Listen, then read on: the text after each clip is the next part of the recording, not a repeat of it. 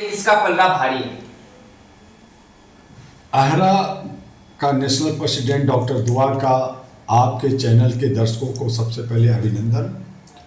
बिहार का चुनाव बहुत दिलचस्प चुनाव, बहुत दिनों से तैयारी, बहुत मंथन, बहुत मारामारी और पहले चरण का चुनाव 6 नवंबर को खत्म हो गया।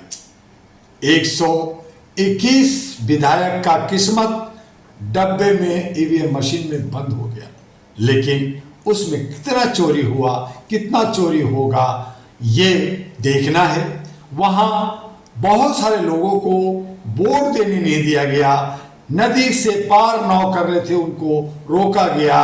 कई जगह जो है गोबर फेंका गया, कई जगह चप्पल फेंके गए और विजय सिन्हा जो वहाँ के उप मुख्यमंत्री, उनको एरिया से खदेड़ा गया।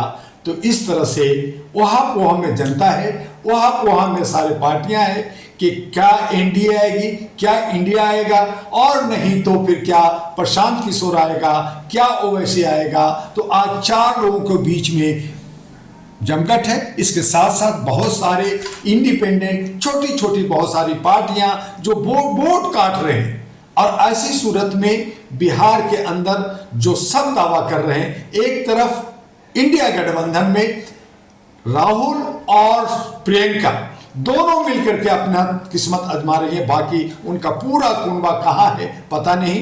तेजस्वी अकेले दम भर रहा है, उसके परिवार में झगड़ा है, भाई भाई में झगड़ा है, एक दूसरे से दुश्मनी चल रही है। ऐसी सूरत में कहाँ जाएगा 18% मुसलमान, कहाँ जाएगा 38% जो है, जो अति पिछड़ा लोग है, तो वो सब असमंजस में है। चूंकि 18% को दरी बिछाने के लिए और धरना प्रदर्शन करने के लिए मुसलमानों को घुसपैठिया कह कर करके और SIR लगा कर करके उनको दरकिनार कर दिया गया है। जबकि 18% का मतलब है 40 MLA मुसलमानों का होना चाहिए था। तो अब मुसलमान हो सकता है कि वैसे जहां 32 कैंडिडेट खड़ा किया है, 5 पहले था, 6 हो जाए, 7 हो जाए, 10 हो जाए, तो वो किंग मेकर हो सकते हैं। और दूसरी तरफ जो यही दलित मुसलमान और दलितों का जो वोट काट रहा है, वो प्रशांत किशोर जन स्वराज काट रहा है। वहां पे बहुजन समाज जो नेशनल पार्टी है वो वोट काट रहा है, नहीं कुछ नहीं, लेकिन वोट काट रहा है। एक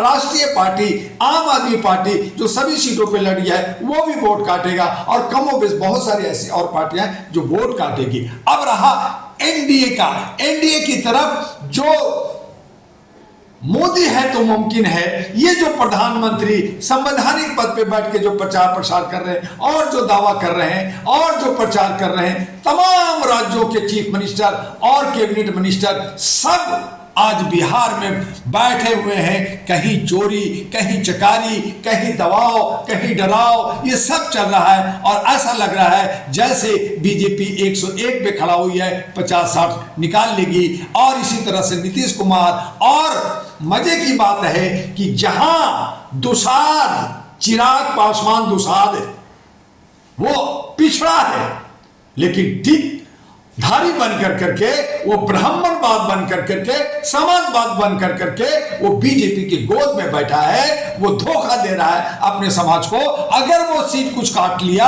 अपने समाज का या इधर उधर से, हालांकि उनको बहुत नुकसान होने वाला है, सब समझ गए हैं बिहारी कि ये धोखा दे रहा है, तो उनको नुकसान होगा। लेकिन अगर उनको साथ दिया, उसी तरह से जीतन राम मांझी को मांझी, और जो लोहार हैं, जो सपेरा हैं, जो धुनिया है, और छोटे छोटे जो जात है वहां, वो लोग उनको वोट देंगे। तो 6 में से 4 अगर वो निकाल लेते हैं, उपेंद्र कुशवाहा अपने जात समाज को, चूंकि जात और समाज का वहां पे बिहार में बहुत बड़ा फैक्टर है। हम कहते हैं कि जात पात नहीं होनी चाहिए, पार्टी और इंडिपेंडेंट होनी चाहिए, लेकिन है और उसको हम नकार नहीं सकते। तो वो लोग अगर कुछ लाते हैं तो मिला जुला कर करके एनडीए की सरकार बन सकती है। लेकिन पलड़ा अभी किसका झुकेगा, किसका नहीं झुकेगा, ये कह नहीं सकते। जनता का मिजाज है। 121 लोगों का किस्मत ईवीएम मशीन में बंद हो गया है। जहां राहुल गांधी चीख रहे थे कि वोट छोड़ गदी छोड़, तो ईवीएम का उन्होंने बहिष्कार नहीं किया। आज ईवीएम में ही से ही चुनाव हुआ है, फिर चोरी होगा। और 65 लाख वोट जो SIR से काटा गया, वो वोट की चोरी हो सकता है। जो लोग पे बिहार के लोग आए और गए, वो करोड़ों वोट जो है पोस्टल वोट की चोरी हो सकती है। तो इस तरह से चोरी चकारी कर करके जो मेरा सोच है कि ये बिना चोरी किए, बिना आगे किए नहीं बन सकते। तो ये बीजेपी का गेम है, और उसमें अगर ये 110, 115, 120 के पास भी पहुंच जाते हैं तो कुछ खरीद फरोख्त हो जाएगी। हो सकता है ओवैसी और प्रशांत किशोर बाहर से साथ दे दे तो बीजेपी की सरकार, बीजेपी मींस एनडीए की सरकार बन सकती है। और जब एनडीए की सरकार बनेगी तो मोदी जी एक मजबूरी है, चूंकि सेंट्रल गवर्नमेंट कमजोर है, ये भी बैसाखी में है, यहां भी बीजेपी 240 है, तो नीतीश कुमार को मुख्यमंत्री घोषित करेंगे। हाँ, अगर वो पलटू राम पलटते हैं, वो इंडिया गठबंधन में जाते हैं, तो क्या तेजस्वी जो मुख्यमंत्री का चेहरा है और मुख्यमंत्री के चेहरे के नाम पे लड़ रहे हैं, तो क्या वो अपना पद छोड़ेंगे?